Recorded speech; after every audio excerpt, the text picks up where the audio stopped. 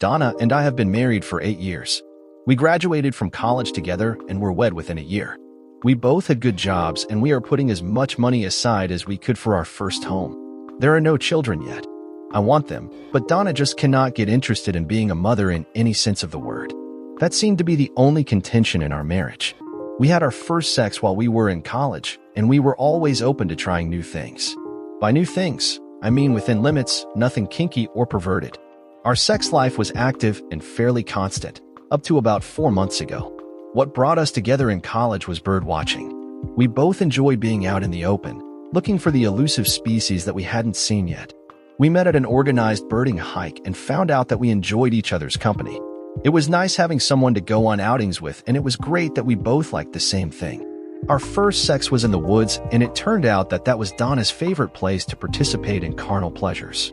She was an LL Bean or Land's End type of girl. Never wore fancy undergarments, preferring Hanes her ways to Victoria's Secret. I thought she looked sexy. She had brown hair, shoulder length, and had a dark, Mediterranean complexion. She has a perfectly round shape. I had a feeling that one of the reasons she was not anxious to have children was because she was afraid of losing her beauty. Another of the things I liked about Donna was that she had a lot of thick, dark hair. She was hesitant about shaving the excess hair on her body because she was afraid it would grow back thicker. That was fine with me because I thought it added to her charm. I loved the women deeply. I had been engrossed in my work for a while, and I guess I was putting in too much overtime. Donna was getting home from her work a lot earlier than I was. She would change clothes and go to one of our favorite birding spots till the setting sun made it too dark to see. She always kept a log of the birds that she saw. Usually, there was nothing interesting or unusual, but she felt it was important to keep good notes. She was almost obsessive about it. I got home after dark and usually fell asleep on the couch while we watched TV.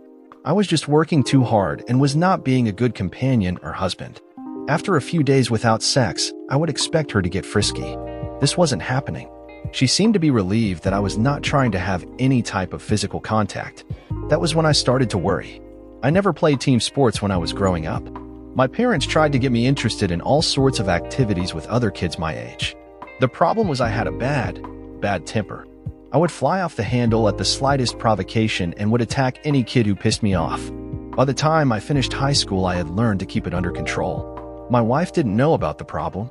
It seemed like she never did anything to push me over the edge. I guess that is why I was attracted to her. My parents never said anything to her about it. I rearranged my workload and schedule so that I would have more time to spend with Donna. I explained to my boss that I had overextended myself, and he completely understood. Now I had to try and make things right with my wife. I had no reason to suspect her of being unfaithful, but I did feel that she was unhappy with the amount of attention I was showing her. Donna, are we overdue a vacation? No, I don't think so. I guess we could squeeze in a short one if you can find the time. Well, I was thinking a week or two, someplace quiet and romantic. I feel that we haven't been spending any time together lately. Maybe a 3-day weekend, Brian, but I don't think either one of us wants to be away from work any longer than that. I think it is important that we stick to the plan to get the down payment for the house. Your long hours and overtime have helped to build up the pot, and I would hate to see us backslide. Donna, the house is important, but I feel that we haven't been spending enough time together. When I get home from work, I am too tired to be good company, and we spend the weekends doing house chores and shopping. Darling, I think you are making a big deal out of nothing. I will be more than happy to take a short trip to someplace close, but I am just not up to going on a full-out vacation. I don't feel ready for it. I guess I am just worrying too much. I want to make sure that I am doing everything I can to keep you happy. I am happy, Brian. I will let you know if things start going downhill so we can nip it in the bum. We have enough real problems without making up imaginary ones. I hope you are right. I don't want you getting a wandering eye. She flashed me a little twinkle when I said that. Well, that was my big attempt at making my marriage better. I did a lousy job. I guess I wasn't any better at fixing things than I was at figuring out that things were wrong. I didn't mention anything about my new work hours. I made a weak attempt at having sex that night, but she had a headache. Before going to bed, I checked Donna's birding log. It appeared that she was going out regularly, but her sightings were virtually non-existent. I have a small Honda 250 Rebel motorcycle that I love. It is quick, quiet, and easy to handle. It isn't obnoxious and clumsy like the big Harleys. It always starts and is trouble-free. That day I drove it to work. Donna usually got home about 4. Around that time I told Marge, my secretary, I would be down in the archives for the rest of the day. I asked her to call me on my cell when she was leaving for home. There are no landline phones in the basement, and no one usually works down there. I left work by the fire exit in the back of the building and put a small wedge in the door to keep it from locking. 5 minutes later, I was parked down the street from the house. The rebel was easy to hide. My wife came home the regular time, changed clothes, and was off to her birdwatching site within 10 minutes. I pretty much knew where she was going, so I didn't follow too closely. 10 minutes later, her Volvo was parked at the Rainbow Mountain main trail parking area. A black BMW was sitting close by. We spent a lot of time at this park, so I knew the trails well.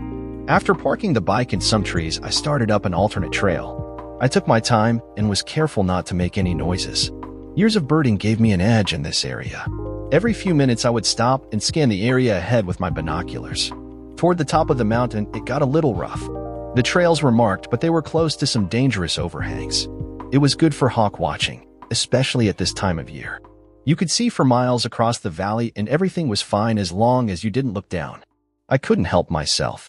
I stopped for a moment and trained my glasses over the valley, looking for some early hawk arrivals. It was beautiful. That was when I heard the giggling. The woods were dense enough that it would be easy to hide if necessary. Of course, that also made it hard to see anyone if they were hiding. My attention was now directed toward the faint sound I heard. It was not constant, so that made it hard to pinpoint. Slowly, I inched forward, making no noise at all and listening very carefully. A flash of yellow gave them away. It was the lining in her vest. I found a comfortable spot that allowed me a decent view and took out my spotter scope. The binoculars were handy, but the scope gave me a much better picture and had a camera attached. I was elevated from their location and was able to find a place where I could get a clear view. By lying prone, I could keep hidden and still be able to watch for a long time without getting fatigued. It was a very secluded spot, and they did not have to worry about anyone finding them by accident. My wife's companion was Clayton Mankey. He joined Donna's firm about 6 months ago. I met him at a few company functions. He was a pleasant enough guy, and I actually liked him. Of course, my feelings for him were changing rapidly. He had a nice wife, quiet but attractive in a mousy sort of way, and 2 young boys, grade school age. I liked his boys and wished I had a couple just like them. Why would a guy with a perfect family like that want to mess with my wife? Clay spread out a blanket while I got comfortable. In no time at all, Donna had slid out of her jeans and panties. They were out of good hearing range, but I could still make out some giggling and laughter. Donna had one of her legs propped up, giving me a good view. She was taunting him as she pulled her knees up to her chest, holding both legs right below the knees. They both started having sex. I got a couple of good pictures while he continued to please her. At some point, I noticed that there was nothing romantic or loving about what they were doing. It was sort of like watching 2 dogs screw. At this point, I realized that I was not getting excited about watching these 2 people screw, but I was starting to get mad. The initial shock of what was going on had worn off, and now the anger was growing. I guess I should have just rushed down there and let my temper correct the situation, but I forced myself to endure it. I had no plan and was going to have to play it by ear. It didn't take him long to finish up, and after laying on the blanket for a few minutes, my loving wife gave her coworker a B-job.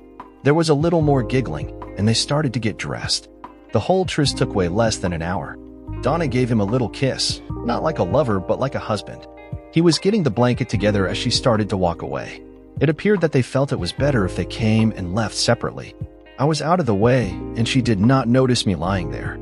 I quickly gathered my things together and walked down the path behind her, far enough so that she couldn't see me. I stopped by the Hawk Mountain overlook.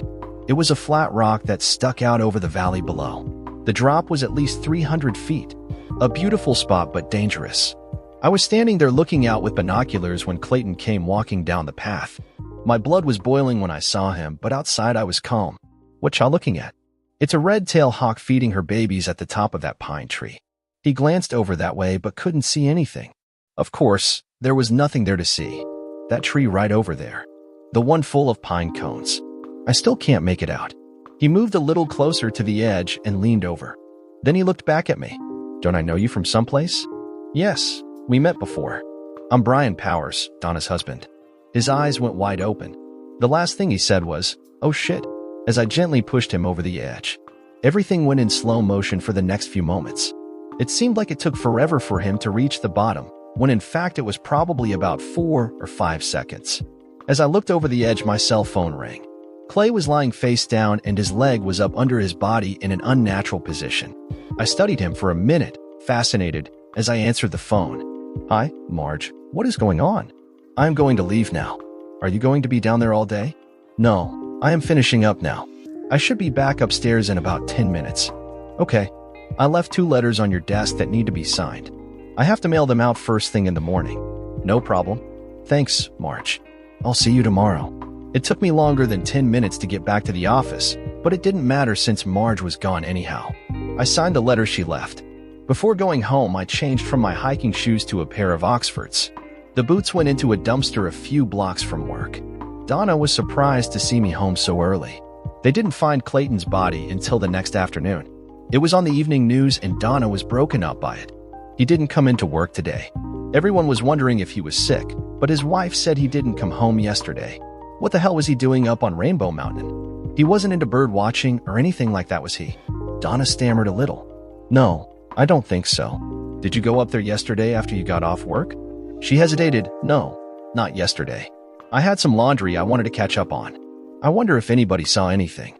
There aren't too many people there during the week. Oh well, I guess I better get the black suit out of mothballs. Donna gave me a quick glare. She appeared to be upset because I was being a little flippant about Clayton's demise. Sorry, honey, I know you guys work together and I didn't mean to take his death lightly. That night I noticed her softly crying after we went to bed. I didn't say anything. 2 days later I got a visit at work. Hi, I am Detective Felix Green. Do you have time to answer a few questions for me? No problem. What can I help you with? Mr. Powers, did you know Clayton Mankey? He works at the same place my wife does. We are not friends or anything, but we have met at a few social functions. Is this about his accident on Rainbow Mountain Tuesday? We are just trying to tie up some loose ends. That's fine, but I don't see how I could help you. I didn't even know the man that well. It appears that your wife was close friends with Mr. Mankey, and we are just trying to make sure that you were not upset with their relationship. What relationship? I don't have the slightest idea what the hell you were talking about.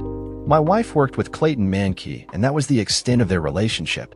I understand what you are inferring, and I don't like it. If you are going to make statements like that, I hope you have some facts to back them up. We talked to your wife this morning, Mr. Powers. She was with Clayton Mankey on Rainbow Mountain, Tuesday just before his accident. Not possible. I asked her yesterday, and she said she was at home doing laundry. I don't think she wants you to know about their relationship. Damn it. There you go again. I told you not to make accusations about my wife like that. It's not an accusation, Mr. Powers. Your wife told us this morning that she had been seeing Clayton Mankey for over 3 months. Seeing how? We didn't get into that, and if we had, I wouldn't feel comfortable discussing it with you. That is something you and your wife are going to have to work out. Are you trying to make a point here, or do you just want to piss me off? Relax, Mr. Powers.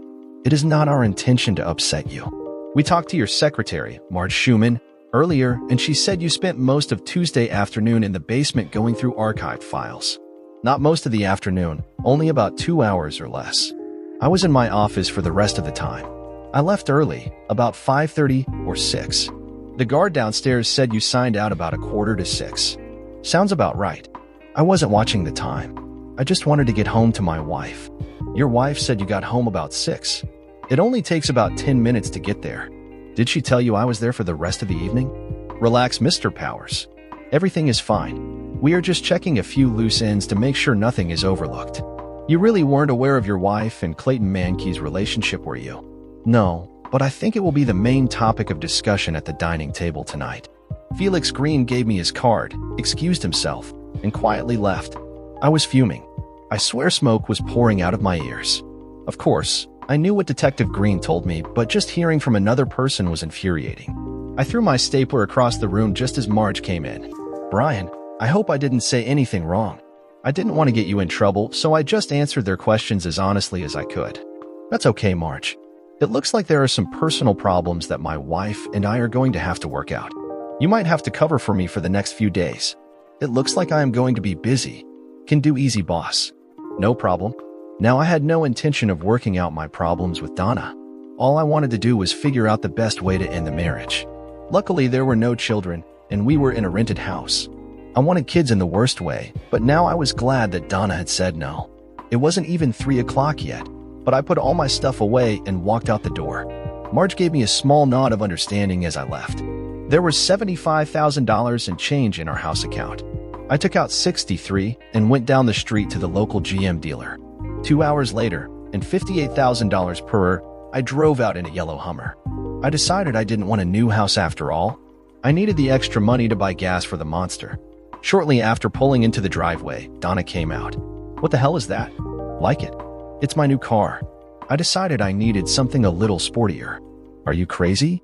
How the hell are we ever going to pay for something like that?" "No problem. I paid for it cash." "With what? Where the hell did you get the money to buy a truck like that? Don't tell me you took it out of our house account." "Well, I didn't see why a single guy needed a house, so I got the Hummer instead." We were gathering a crowd outside. As we walked into the house, Donna grabbed my arm. "What do you mean by a single guy? I think you know the answer to that one, don't you?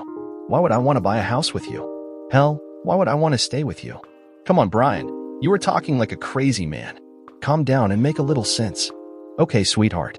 Detective Green came to see me today and told me about your relationship with Clayton Mankey. You were with him on Rainbow Mountain yesterday. You told me you were home doing laundry. Care to explain that? I didn't want to upset you. Clayton and his wife were having problems, and since he was new in town, he didn't have anyone to talk with about it. I was just giving him a shoulder to cry on. What was wrong with going to Denny's or Starbucks?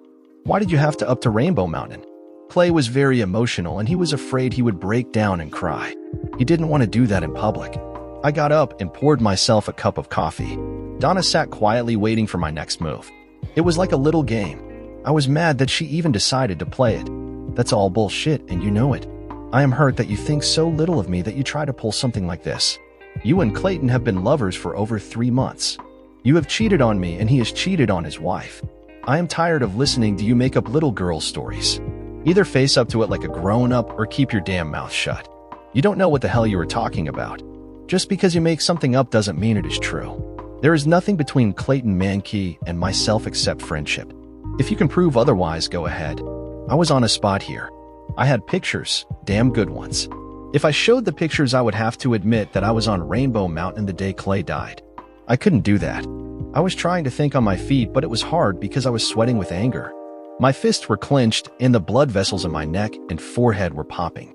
I have some very nice pictures, Donna. Would that be proof enough? Pictures of what? Pictures taken where? Pictures of the two of you having sex in a motel room, I said in desperation. Huh, that proves you were lying. We never had sex in a... Donna froze, realizing what she had just said. Her denial was also an admission. In her determination to prove me wrong, she slipped up. She never finished the sentence. Her eyes glared at me and her lower lip started to quiver in anger. She hated being beaten. You son of a witch. I am not talking about this anymore, and you are not getting a divorce from me. You can go to sleep in your new truck because you won't be getting in my bed for a long, long time, if ever. Get your own supper and leave me alone. We are still going to the funeral together tomorrow, right? Kiss my bum. It was an unusual funeral because both Clayton and his wife, Emily, were not from the local area. I don't know why she decided to bury him here rather than in their hometown. The only thing I could think of was that she was upset by the circumstances surrounding his death and didn't want to explain it to their friends and family. Most of the people there were from the office where Donna and Clayton worked. At the end of the ceremony, the people were walking by the widow, offering condolences. As we approached, Emily sent the two boys to stand with a friend nearby. Donna held out her hand and Emily looked her in the eyes. You have a lot of nerve showing up here, you 304. You ruined my marriage, destroyed my family, and you have the gall to come here to rub it in. If I ever see you again, I will tear you to pieces. That is a promise. Donna just looked at her with her mouth open. She didn't know what to say or do. She started to say something but changed her mind and just turned and walked back to the car. Several people nearby heard the whole thing. I looked at Emily Mankey as she watched my wife walking away. There was hate in her eyes. I am sorry if she did anything to offend you. I am sure it wasn't intentional. Oh, grow up. She cheated on you, and you defend her. What kind of a wimp are you? Go comfort your 304 wife. You were just irritating me, and I don't need that now. I gave her a small nod and walked back to the car. Donna said nothing on the drive home, but when we got to the house, she unloaded on me. You son of a witch. Why did you insist that I go to that damn funeral just so I could be made a fool of? Sorry, but there were a lot of people there from your work. Why would she choose you to attack? Blow it out your bum, you smart-mouthed scumsucker. She stormed into the house, and I didn't hear a word from her the rest of the day. I slept in the spare bedroom from then on. I didn't want to have sex with her anyhow, so when she made the decision, I was relieved. About noon the next day, I drove over to Emily Mankey's house. I had no idea what I was going to say but felt obligated. She was in the garage with the boys sorting through some boxes. "Hi. Sorry to bother you, but I wanted to apologize for anything I might have done to upset you yesterday." She just looked at me and kept working. Finally, she turned. "Look, I have a lot on my plate right now. I have to clean up the mess my husband left and then find some way to get on with my life. I just don't have time to listen to any whining right now. Is there anything I can do to help? You're not serious?" "Yes. I have the time and wouldn't mind lending a hand." "Okay. Grab a handful of those trash bags and follow me." We went into the house and upstairs to the master bedroom. That is Clay's closet, and this is his dresser. Take everything out of them and put it in the bags. When you are done, you can take them to Goodwill. Can you handle that? Sure. Can the boys help? Josh and Terry. This is Mr. Powers. Help him put Daddy's stuff in the bags so we can get rid of it. Okay. The boys both shook my hand. Josh was about 8 and Terry looked to be 6. They were two great-looking kids that I would have given anything to have. It took less than an hour, and the boys and I were hauling the bags of clothes and shoes down to the Hummer. I ran the load downtown and then came back to the house. Now what? That's okay, Mr. Powers. You don't have to do anything else. You do not have to feel obligated just because of what your wife did. Do you know exactly what they did, or is it all conjecture? Little bit of both, but I don't want to talk about it in front of the boys. Could we discuss it later? Come over tomorrow. I have to clear out the basement and the garage. If you don't mind working while we talk? The boys have a play date with some school buddies. That sounds good, but I'll miss the guys not being here. As I drove away, I felt a little better about things. I was sorry for killing Emily's husband, but I think he deserved it. I think Emily felt that way too. I didn't have any idea what I was going to do about Donna. I don't know why she was resisting the divorce. My wife was making chili when I got home. I figured I would try and get her to open up a little before we sat down to eat. "Donna, in light of what has happened the last few days, do you think it would be better if we considered a separation?" "No, not really. I think it is pretty apparent now that you and Clayton were having an affair. I assume you were not happy with our arrangement. Do you want to try and explain it to me?" "There is not much to say, Brian. After spending some time with Clay, both at work and at other times, I realized that your idea of our future together did not match up with what I was looking for. You envisioned me as a domestic goddess popping out babies right and left, and I wanted something more. I was always hesitant to discuss it with you because I never wanted to say or do anything that would make you unhappy. Brian was having the same problem with Emily. She wanted what you wanted, and I wanted what Brian wanted. We ended up consoling each other, and sex came next. He wasn't better than you, just different. Wouldn't a divorce seem appropriate now, in light of what you told me? No way. I have no intention of giving up my home and all the comforts of marriage just because we disagreed. I intend to stay here. You can't throw me out because I haven't done anything to justify it. I don't think you will leave, so we will just have to get used to staying in the same house, together, and putting on the image of being a married couple. I'm not ready to call it quits yet. For heaven's sake, why not? I don't want to talk about it anymore. Sit down and eat." There was no conversation during supper. The meal was unusually quiet. I downed 2 long necks because the chili seemed to be especially hot. About 2 hours later, I started to get stomach pains. I made several trips to the bathroom and finally started to throw up. I noticed there was some blood in the bowl.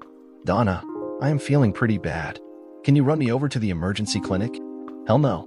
Desperate Housewives is just ready to come on. If you are having a bellyache, take a Tums. It's more than a bellyache, Donna. Come on. Please. Drive yourself.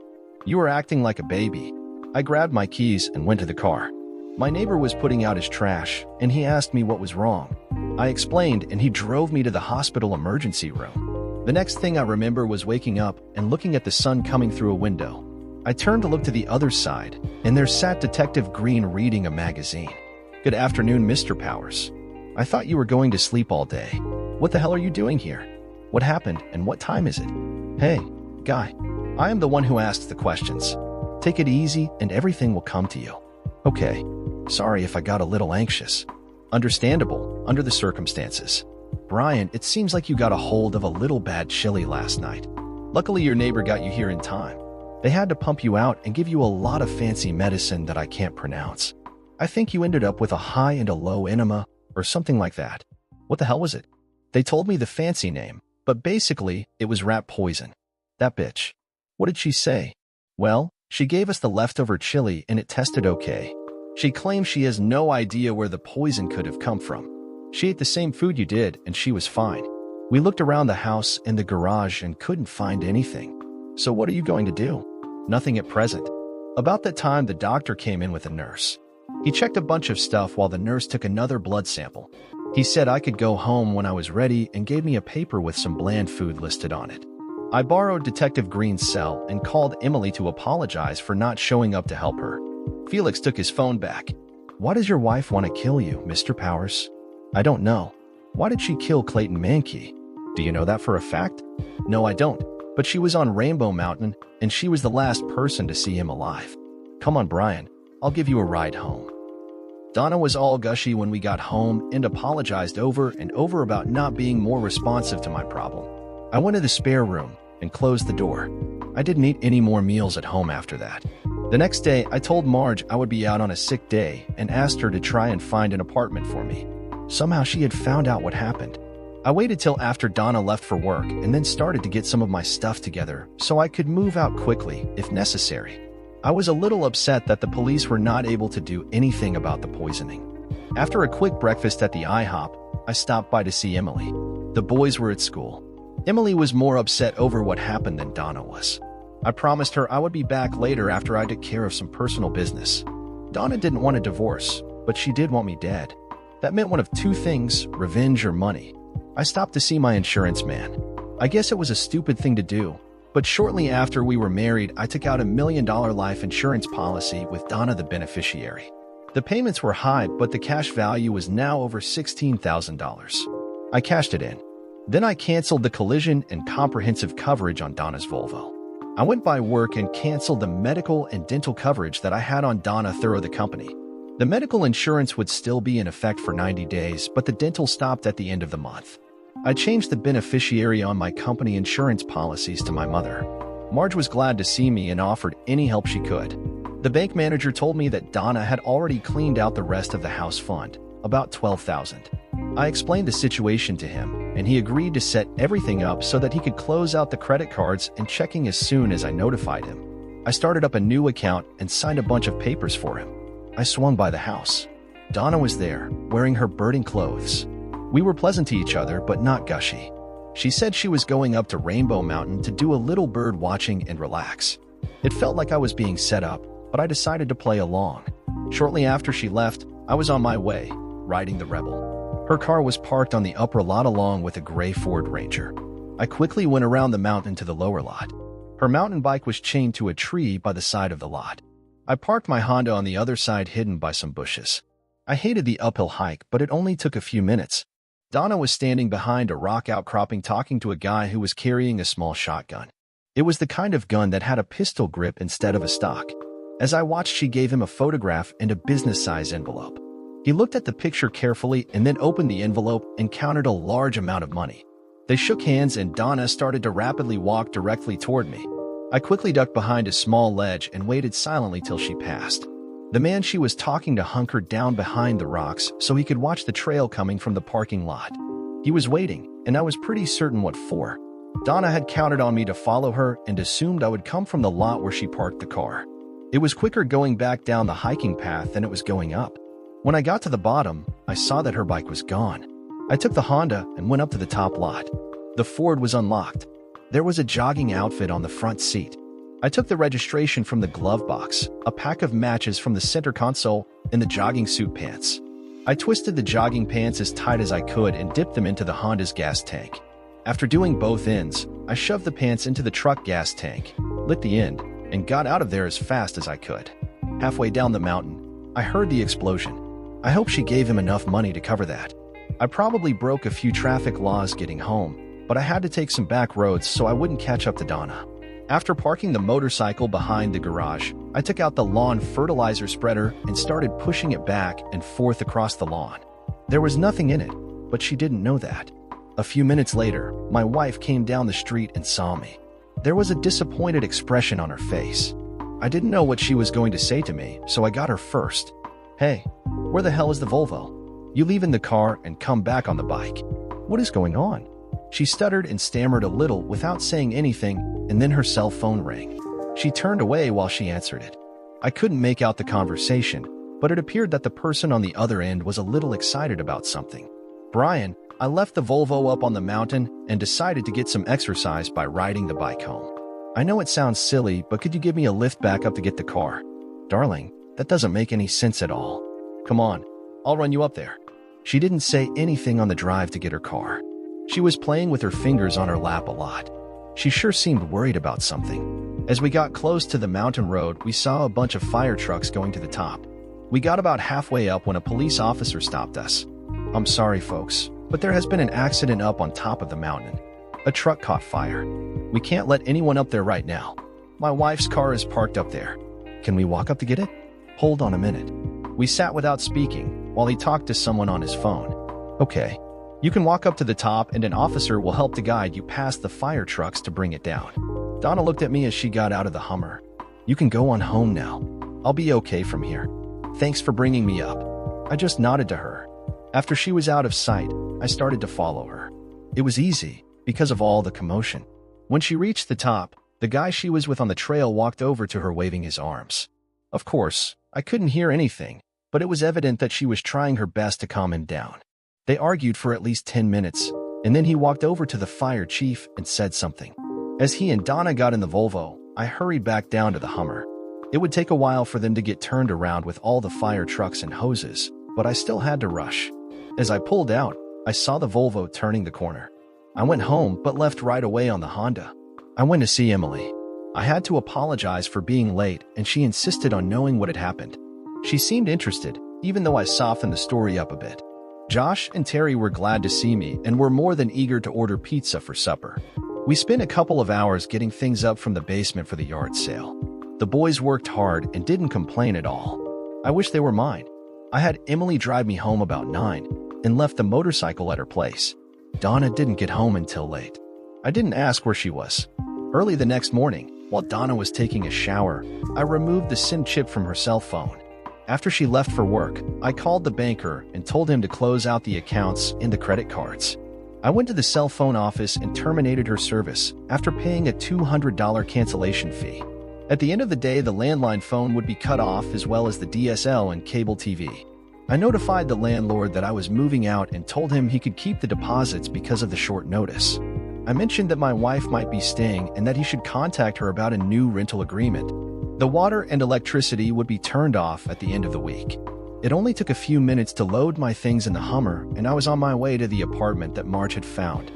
Marge left a note at the new place that Detective Green wanted me to call him. I went down to the station and found his office. Well, Mr. Powers, you are still alive. What is that supposed to mean? Felix Green laughed a little.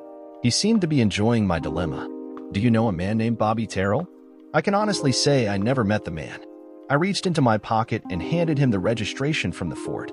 He looked at the form and said, "Very interesting," using a lousy Charlie Chan impression. We both laughed. Mr. Terrell and your wife have been having a lot of telephone conversations lately. She called him 6 times, and he called her 4 in the last week. Your wife also removed $12,000 from a savings account 3 days ago. Bobby Terrell is an ex-con who makes a living by killing people. We sort of keep an eye on him, and we were surprised when we noticed this connection. Is there any particular reason why your wife wants you dead, Mr. Powers? There was until yesterday morning when I canceled a $1 million life insurance policy. Doesn't she know you canceled the policy? I don't think so. Bobby is good at what he does, and I am impressed at the way you handled it. I assume he has already been paid, but I don't know if he will still try and finish the contact, since he lost his truck. I just wanted to let you know that we have talked to him. I told him if anything at all happens to you in the near future, I will immediately pick him up. He did not appreciate the attention. We also recommended that he take a vacation for a while. I am not sure that this will discourage your wife, though. I've moved out of the house. I don't know what else I can do. Felix leaned back in his chair. I think there is still something that you are not telling me, Brian. All the pieces don't fit together. Just watch your back. I went straight to see Emily. She agreed to go for lunch, and I was glad she liked sushi. I tried to explain to her what was going on, but I was being a little too cryptic. There was so much I wanted to tell her but couldn't. She gave me a few quizzical looks at times, and instead of explaining, I would change the subject. It was a long lunch. She didn't have any trouble talking me into coming over for supper that night. I apologized to her for talking gibberish, and she just laughed it off. I felt comfortable with her. The next morning, I decided I was ready to get back to work. I had a good time the night before with Josh and Terry. Emily and I planned a big weekend together, and I was looking forward to it. Funny, but I didn't miss Donna at all. In fact, I was relieved that I didn't have to face her anymore. It was only a short drive to work, and I had a big grin on my face as I pulled out in the Hummer. Things were going well.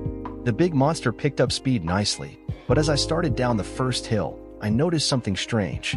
The brakes were not responding at all. I have seen movies where this happened, and I always thought how stupid the drivers were because they couldn't stop the car. I reached up to turn the key off but couldn't because it was in gear. You have to be in park to turn the key off. The Hummer was going faster. I calmly grabbed the shift level and pulled it from drive to low. That caused a lurch and a shudder, but it still kept picking up speed. I was approaching traffic and a lot of cross streets. I was going a lot faster now. There was a cemetery on the left side with a grassy bank going up off the street. I steered for the bank and yanked on the handbrake at the same time. The Hummer did a 180, and as soon as it hit the bank, it flipped over. Everything went black. There was no pain. For the second time in a month, I was waking up in a hospital room. I heard myself moan and sensed some commotion around me. Instantly, a nurse was looking into my eyes, and then there was a lot more commotion in the room. There was now pain, a lot of it. I was glad I was getting attention, but at the same time, I wanted everybody to leave me alone. What a confusing mess. At last, it appeared that someone of stature had arrived, a qualified doctor, I was guessing. I struggled to open my eyes and look around the room. There was a flurry of white coats, but down at the end of the bed was Emily. I felt better. There was a lot of adjusting and checking, and all of a sudden, I was sleepy as hell. The next time I woke up, everything was quiet. I tried not to make any noises because I wanted to avoid the commotion. I slowly opened my eyes and peeked out. It was nighttime and things were relatively calm. The room was empty except for Emily, asleep in a chair at the side of the bed. Everything in my body hurt. I turned my head toward Emily. "Hey, are you awake?" She looked up and smiled. "No, I am fast asleep and dreaming. Thanks for being here." "No problem." I closed my eyes and went back to sleep. When morning came, I woke up normal but still hurting. There was a full medical team in the room, but no Emily. I had not expected to see her at all. The doctors were full of questions. "Does this hurt? Does that hurt? Can you see this?" I answered all their questions, but no one was there to answer questions for me. I asked about Donna. She showed up at the hospital to sign the admission forms, but no one had seen her since. I was in the hospital 2 days before I woke up. Emily was there every day. Felix Green checked on my status daily. I had a concussion, broken collarbone, broken left arm, and 3 broken ribs. There were various internal injuries, but nothing life was threatening. Their biggest concern was that I was unconscious for 2 days. I was hungry as hell and finally got somebody to bring me some soup. I was able to feed myself and drink a little ginger ale. My throat felt like raw meat. Felix showed up a little later. "I thought you were watching my back." "Sorry, we didn't see that one coming." "Do you have any idea what happened?" "Well, someone cut all the brake lines on the Hummer and then disconnected the airbags, front and side. You went through the windshield, and the seatbelt broke 3 of your ribs while you were leaving. The good thing is nothing caught on fire. The bad thing is that the Hummer is totaled. Hell, I didn't like it anyhow. I just bought it despite Donna. Speaking of your wife, do you know where she is?" "I haven't seen her since the day before the accident. They said she signed the admission forms here at the hospital." "How did she know to do that?" "I went to the house and got her. I tried to call her, but she didn't have any phone service. She wasn't too happy about that." After signing all the papers, a uniformed officer took her home. "I asked her if she wanted to see you, and she said it wasn't necessary." "Well, it looks like you saw her since I did." "Did she leave town?" "We went to the house and looked around. Her purse was there with a lot of money, almost $8,000. She left her driver's license, credit cards, and all her personal stuff. I don't think that she would leave town empty-handed. We just think she is missing." "Any idea how the Hummer got screwed up?" "We have no idea." "Bobby Terrell?" "No. Believe it or not, Bobby Terrell was in a hospital in Philadelphia. It seems that a couple of goons snatched him and took him to Philly. They explained to him that they did not want anything to happen to you." "Who do you know in Philadelphia, Brian?" "Damn. Felix, I don't know anybody in Philadelphia, honest. I have no idea who you were talking about. I believe you. Look, I got to run. If you need anything, let me know. How about a guard on the door? We both laughed a little. As Felix left, Emily came in. Hi. The doctor said that you could leave tomorrow as long as you have a place to go. I told him you would be going to my place. One of the nurses gave me instruction sheets, so I know how to take care of you. I'll be able to change your bandages and stuff. A visiting nurse will come by once a day to see how things are going, and the doctor will see you in a week. Okay, sounds good to me. Who is going to give me my sponge baths, you or the visiting nurse? Your choice, I guess. At least both of my legs worked. I could go to the bathroom by myself, and I could sit up and eat at the table like a regular person. The pain medication made me sick, so I tried to wean myself off it as soon as possible. Emily and the boys were a joy. I enjoyed my recovery. We didn't go outside the first week, and then I had her drive by the old house. The landlord was there, and he was anxious to talk. He had not heard from Donna and wanted to know what to do about renting the house. Our things and her things were still there. He needed to have them removed so he could rent it. We made arrangements that were satisfactory to both of us. Marge came to see me at Emily's house. She had been to the hospital daily and got to know Emily pretty well. They seemed to hit it off. I was getting ready to go back to work, but I was going to be staying with Emily and the boys for a while longer. I healed up pretty well. I remained living with Emily and the boys. After about 3 months, the relationship changed from platonic to romantic. I moved into the master bedroom with little fanfare. Josh and Terry seemed to think it was natural. We were going out together and attending social functions. I even started going to the PTA meetings. The only problem was we were not married. I was still married to Donna. I checked with Felix regularly and he never had any news. Finally, I decided to petition the court to have her declared legally dead so I could marry Emily. I took her to a small, romantic Italian restaurant. After a nice bottle of wine and a great meal, I was ready. Emily, I realize it has not been very long for either of us, but I seriously believe I would like to spend the rest of my life with you. Would you consider getting married? Is that a hypothetical question? Or are you proposing? I am proposing. Will you marry me? Yes, but we have one small problem. What is that? You have to meet my family in Philadelphia. Dear listeners, please share your thoughts in the comments section below and don't forget to like, share, and subscribe.